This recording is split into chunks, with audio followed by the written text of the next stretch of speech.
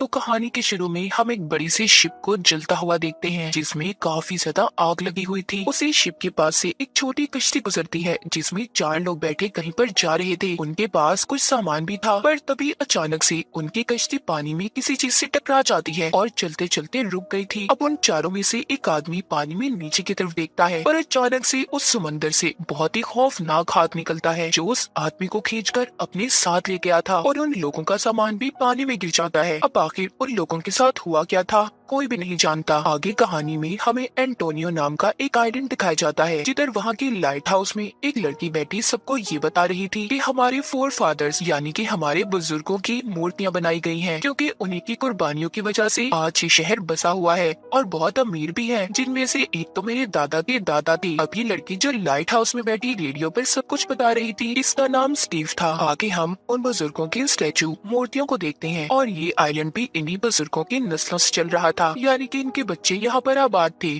कहानी में आगे हम निक नाम के एक लड़के को देखते हैं जो अपने कुछ साथियों और एक दोस्त के साथ समंदर में मछलियाँ पकड़ने गया हुआ था। अचानक से उनकी बोट कश्ती का एंकर नीचे गिरकर फंस जाता है। वो एक पोटली में फंस गया था और ये वही सामान था जो हमने कहानी के शुरू में उन 4 आदमियों के पास देखा था जो पानी में गिर गया था और शायद कई सालों से वहीं पर था। अब उनकी बोट का एंकर ऊपर की तरफ आ तो गया था, पर उसकी वजह से वो पोटली खुल जाती है और उसमें से सारा सामान बाहर आ गया था, जिसमें एक बहुत ही पुराना कंघा और एक घड़ी थी। निक अब अपनी बोट का क्लच लेने जा रहा था जो वहाँ पर फंसने की वजह से टूट गया था। जहाँ पर वही रास्ते में उसे एक लड़की मिलती है जिसका नाम एलिजाबेथ था। ये निक की काफी पुरानी दोस्त थी। निक उसे ऐसे देखकर काफी खुश था। वो एलिजाबेथ से पूरे 6 महीने बाद मिल रहा था। अब निक उसे भी अपने साथ लेकर क्लच लेने चला जाता है। जब वो दुकान पर जाता है तो पीछे एलिजाबेथ के पास एक बूढ़ा आदमी आया था जो उसे एक घड़ी दिखाता है। ये वही घड़ी थी जो उस पोटली से बाहर आई थी और इस बूढ़े आदमी को समंदर के किनारे मिली थी। एलिजाबेथ जब उस घड़ी को हाथ लगाने लगती है तो वो बूढ़ा आदमी उससे ये कहता है, नहीं तुम इसे हाथ नहीं लगा सकती क्योंकि ऐसा करने से बहुत कुछ बदल जाएगा। मगर फिर भी एलिजाबेथ उस घड़ी को हाथ में ले लेती है, जिससे ऐसा करने से वो घड़ी जो कई सालों से बंद थी वो चलने लगी थी। वो उस घड़ी पर एक तराजू के निशान को भी देखती है। तभी वहाँ पर निक भी अपना काम खत्म करके वापिस आ जाता है। उसे देखकर बूढ़ा आदमी वहाँ से चला गया था। ये दोनों भी वहाँ से चले जाते हैं। इसके बाद हमें स्टीव को दिखाया जाता है जिसको उसके दोस्त का फोन आया था। वो भी इसी की तरह लाइट हाउस में काम किया करता था। वो स्टीव को बताता है कि मैंने अभी रडार में ये देखा है कि एक बहुत ही गहरी फोक धुंध कोहरा हमारे आइलैंड की तरफ आ रहा है, जिसे सुनकर स्टीव काफी हैरान थी। उधर निक भी एलिजाबेथ को लेकर उसके घर जा रहा था। तभी अचानक से कोई चीज उनकी गाड़ी से आकर टकराती है जिससे उनकी गाड़ी के शीशे टूट गए थे। ऐसा भयानक एक्सीडेंट देखकर दोनों डर जाते हैं। तभी उधर उनके पास एक फादर आए थे जो ये कहकर वहाँ से चले जाते हैं खून के बदले खून होगा। वो दोनों उनकी ये बातें सुनकर अब ज्यादा डर गए थे। एलिजाबेथ भी अपने मॉम के घर आ जाती है। उसे देखकर पहले तो उसकी मॉम काफी खुश थी, पर बाद में वो उससे ये कहती है कि आने से पहले तुम्हें मुझे बताना चाहिए था। ये सुनकर एलिजाबेथ को गुस्सा आ गया था। वो अपनी मॉम का घर छोड़कर बाहर आ जाती है जहाँ पर अभी भी निक खड़ा था। वो जब उसको ऐसे देखता है तो उसे इस बात का अंदाजा हो गया था कि उसकी मॉम की इसके साथ लड़ाई हुई है, इसीलिए वो एलिजाबेथ को लेकर अपने घर आ गया था। रात को ये दोनों सो रहे थे तो अचानक से एलिजाबेथ डरकर उठ जाती है। उसे एक बहुत ही डरावना सपना आया था जिसमें वो खुद को पानी में डूबते हुए देखती है और कुछ लोगों को जलता हुआ। यहाँ पर ये पता चलता है कि ये सपने एलिजाबेथ को हमेशा आया करते थे। अब वो उठकर अपने कंप्यूटर पर उसी निशान के बारे में सर्च करती है जो उसने घड़ी पर बना हुआ देखा था, एक तराजू का निशान, क्योंकि वो अब उसके सपनों में भी आने लगा था। तभी उसका कंप्यूटर अचानक से बंद हो जाता है। उसके ऊपर छत से पानी की बूंदें टपकने लगती हैं। एलिजाबेथ जब ऊपर देखती है तो उसे भीगे हुए पाँव के निशान नजर आते हैं। ऐसा लग रहा था कि जैसे छत पर कोई उल्टा चला हो। ये उन निशानों का पीछा करती बाहर आ गई थी जहाँ पर बहुत सारी फोक थी।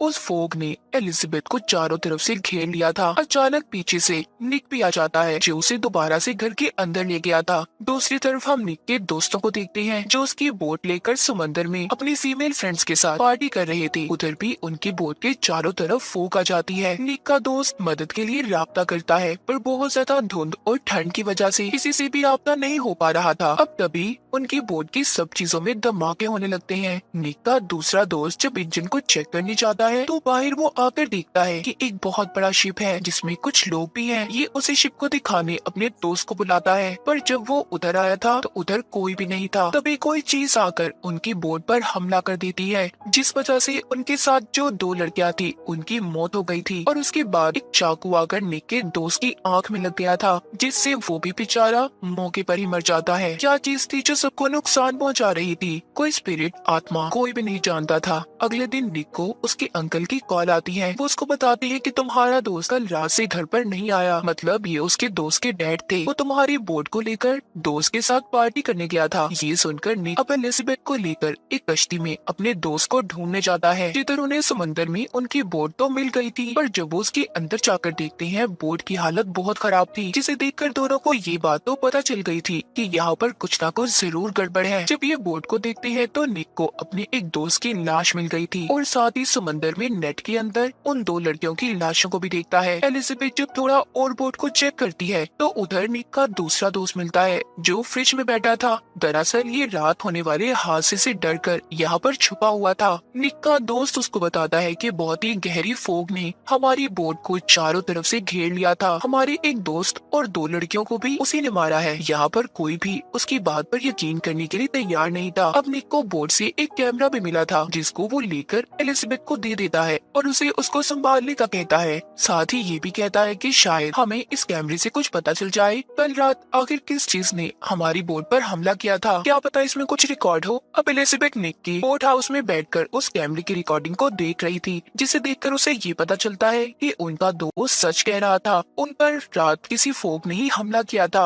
उसी फोग ने उन सबकी जान ली है। अब ये सब बताने एलिजाबेथ निक के पास जा रही थी, पर जाते हुए उसका पाँव फिसल जाता है और वो पानी में गिर गई थी। ऐसा लग रहा था कि शायद कोई चाहता ही नहीं है वो सब निक को बताए। उसके साथ वो कैमरा भी गिर जाता है। एलिजाबेथ खुद को बचाती है और एक दीवार का सहारा लेकर पानी से बाहर निकलने की कोशिश करती है, पर तभी उसे वहाँ से एक बहुत ही पुरानी किताब मिली थी, जिसे लेकर अब वो एक फादर के पास जाती है। ये वही फादर थे जो इनको पहले मिले थे, जिन्होंने ये कहा था कि खून के बदले खून होगा। एलिजाबेथ फादर के पास इसलिए आई थी क्योंकि इस किताब को इस फादर के डैड ने लिखा था, पर फादर इस किताब के बारे में एलिजाबेथ को बताने से मना कर देते हैं और ये कहते हैं कि यहाँ से चली जाओ वरना कोई भी जिंदा नहीं रहेगा। एलिजाबेथ को फादर की बातें बहुत अजीब लगती हैं, इसलिए वो अब इस किताब को लेकर निक के पास जाती है। ये दोनों मिलकर उस किताब को पढ़ते हैं, जिससे इन्हें ये पता चलता है कि उनके बुजुर्गों ने बहुत से मासूम लोगों की जानों को लेकर इस शहर को बसाया था। दरअसल एक आइलैंड था जिसको कारोबार के लिए बहुत बड़ा आइलैंड माना जाता था, जहाँ के लोग बहुत ही अमीर और पैसे वाले थे, और एक बीमारी के फैलने की वजह से वो आइलैंड बर्बाद हो गया। अब उधर बस कुछ ही लोग बचे थे। वो अपनी शिप को लेकर एंटोनियो यानी कि जिस आइलैंड पर अब ये रह रहे थे इसी की तरफ रवाना हुए। उस शिप का जो लीडर था वो इस आइलैंड के लोगों से जमीन खरीदने का कॉन्ट्रैक्ट करता है, ताकि वो अपने बचे हुए लोगों को यहाँ पर आराम से लेकर रह सके। पर यहाँ पर रहने वाले लोगों ने उस लीडर को धोखा दिया। उन्होंने उसकी सारी धन दौलत को लूट लिया और उसके शिप में जितने भी लोग थे सबको बंद करके आग लगा दी। और यही वो सीन था जो हमने कहानी के शुरू में शिप को जलते हुए देखा था। उसी शिप में जलने वाले लोगों की आत्माएं अब यहाँ पर वापस आ गई हैं और यहाँ पर रहने वाले लोगों से बदला लेना चाहती हैं। इसके बाद हम स्टीव को देखते हैं जो वो लाइट हाउस में थी। वहाँ पर उस कंगे में आग लग जाती है जिसको इसका बेटा समुद्र के किनारे से लाया था। स्टीव उस आग को बुझाती है, तभी दीवार पर उसी तराजू का निशान बन गया था जो घड़ी और कंगे पर था। अब ये अपने बेटे को कॉल करती है और ये कहती है कि आइंदा तुम समुद्र से कोई भी चीज उठाकर घर पर नहीं लाओगे। उधर हॉस्पिटल में निक अपने दोस्त के पास था, तभी उधर ही एलिजाबेथ मुर्दा खाने में जाती है जहाँ पर निक के बाकी के दोस्त थे जो मर चुके थे। उनमें से एक दोस्त जिंदा हो जाता है और पीछे से एलिजाबेथ को पकड़ लिया था। जब वो शोर करती है तो वो नीचे गिर गया था और दोबारा से मर जाता है। उधर समंदर के किनारे वही आदमी जिसके पास घड़ी थी, उसको वहाँ पर एक रस्सी दिखाई देती है। जब वो उसे अपनी तरफ खींचता है तो ऐसा लग रहा था कि जैसे किसी फोक धुन को वो अपनी तरफ खींच रहा हो। यहीं पर स्टीव का बेटा भी था जो ये सब खड़ा देख रहा था। तभी उनके पीछे वो फूंक आना शुरू हो गई थी। स्टीव का बेटा भागकर अपने घर के अंदर आ जाता है और जल्दी से उसकी नानी ने दरवाजे को बंद कर लिया था। स्टीव का बेटा मतलब अपनी नानी के घर पर था, यानी कि उसकी मॉम के अब आइलैंड में चारों तरफ फूंक फैल गई थी। स्टीव उसी वक्त बैठी अपने दोस्त से बात कर रही थी, तभी हर तरफ से लाइट भी बंद हो जाती है। स्टीव के दोस्त का सिर्फ लैपटॉप चल रहा था और अचानक से कोई उसके दरवाजे पर दस्तक देता है। स्टीव अपने दोस्त से बात कर रही थी। वो उसे मना करती है कि वो दरवाजा न खोले, मगर वो दरवाजा खोलकर बाहर आ गया था, जहाँ पर फोक में एक आत्मा उसे जलाकर मार देती है। स्टीव ये देखकर बहुत ज्यादा डर गई थी और फौरन से अपने बेटे को कॉल करती है, जो अपनी नानी के घर पर था, और मौसम की खराबी की वजह से वो कॉल नहीं लग रही थी। इसीलिए ये अब ऑन एयर आकर ये कहती है कि मौसम की खराबी की वजह से बहुत कुछ गलत हुआ है, और अपने दोस्त की मौत के बारे में भी बताती है, और साथ ही ये भी कहती है कि मेरा बेटा मुसीबत में है, प्लीज कोई है जो इस वक्त मेरी मदद कर सकता है। उसकी बातों को रेडियो पर निक ने सुन लिया था। वो जल्दी से अब एलिजाबेथ को लेता है और स्टीव के बेटे को ढूंढने निकल गया था। दूसरी तरफ हम इनके बुजुर्गों की मूर्तियों को देखते हैं, जिनको देखने बहुत से लोग आए थे। तभी पूरे शहर की लाइट भी चली गई थी। स्टीव भी अपने बेटे को ढूंढने निकल जाती है, मगर अचानक रास्ते में उसकी गाड़ी बंद हो गई थी। वहाँ पर बहुत सारी फोक फैल गई थी। उस फोक ने स्टीव की गाड़ी को चारों तरफ से घेर लिया था। तभी सामने से एक ट्रक उसकी गाड़ी को टक्कर मारता है, क्योंकि फोक की वजह से किसी को कुछ भी नजर नहीं आ रहा था। उसकी गाड़ी बल खाती हुई पानी में गिर गई थी। स्टीव पानी से निकलने की कोशिश करती है, मगर पानी में भी एक आत्मा आ गई थी, जो उसका पाँव पकड़कर उसे अपनी तरफ खींच लेती है, मगर वो किसी न किसी तरह उस पानी से बाहर निकल गई थी। उधर स्टीव की मॉम जो घर में थी, उसकी मॉम को भी एक आत्मा ने जला दिया था। उसका बेटा जब अपनी नानी को ऐसे देखता है तो खुद को उसने कमरे में बंद कर लिया था, पर फोक के अंदर जो आत्मा थी वो उसके कमरे में भी आ गई थी और स्टीव के बेटे को मारने वाली थी। लेकिन तभी उधर निक जाता है, जिसने स्टीव के बेटे को बचा लिया था, और उसको गाड़ी में बिठाकर वहाँ से चले जाते हैं, मगर उनका भी कुछ ना दिखने की वजह से एक्सीडेंट हो जाता है। ये भी पैदल अब आगे बढ़ते हैं। स्टीव भी उन तक पहुँच गई थी। ये सब मिलकर अब एंटोनियो हॉल के पास जाते हैं, जहाँ पर एलिजाबेथ की मॉम और बाकी सब लोग थे। ये सब मिलकर दरवाजों को बंद कर देते हैं। तभी अंदर एक लाश आकर गिरती है, जो निक के दोस्त के डैड की थी, जिसके बाद फोक में आत्मा भी अंदर आ गई थी, जिसने सबसे पहले एलिजाबेथ की मॉम को मारा था, क्योंकि वो उन्हीं में से एक आदमी की बेटी थी जिन्होंने उस लीडर के साथ गलत किया था। फिर वो आत्मा फादर को मारती है। दरअसल ये उसी लीडर की आत्मा थी जिसके साथ यहाँ के लोगों ने गद्दारी की थी। वो आत्मा यहाँ के मेयर को लेकर कब्रिस्तान में आ जाती है। वो आत्मा मेयर को कॉन्ट्रैक्ट के पेपर देती है। ये वही कागजात थे जो लीडर ने इन्हें पहले दिए थे, जिसके बाद लीडर की आत्मा उसे भी आग लगाकर मार देती है। इन सबको निक और एलिजाबेथ वहीं पर चुपके से खड़े देख रहे थे, जिसके बाद एलिजाबेथ उस लीडर के पास जाती है। जब वो उसका हाथ पकड़ता है तो एलिजाबेथ भी आत्मा में बदल गई थी। यहाँ पर हमें पता चलता है कि दरअसल एलिजाबेथ लीडर की बीवी का दूसरा जन्म थी, और इसीलिए उसे ऐसे सपने आया करते थे। जो शिप उसने जलता हुआ देखा और तराजू का निशान, साथ ही वो घड़ी जो उसके हाथ में आते ही चलने लगी थी, इन सब चीजों को निक भी खड़ा देख रहा था,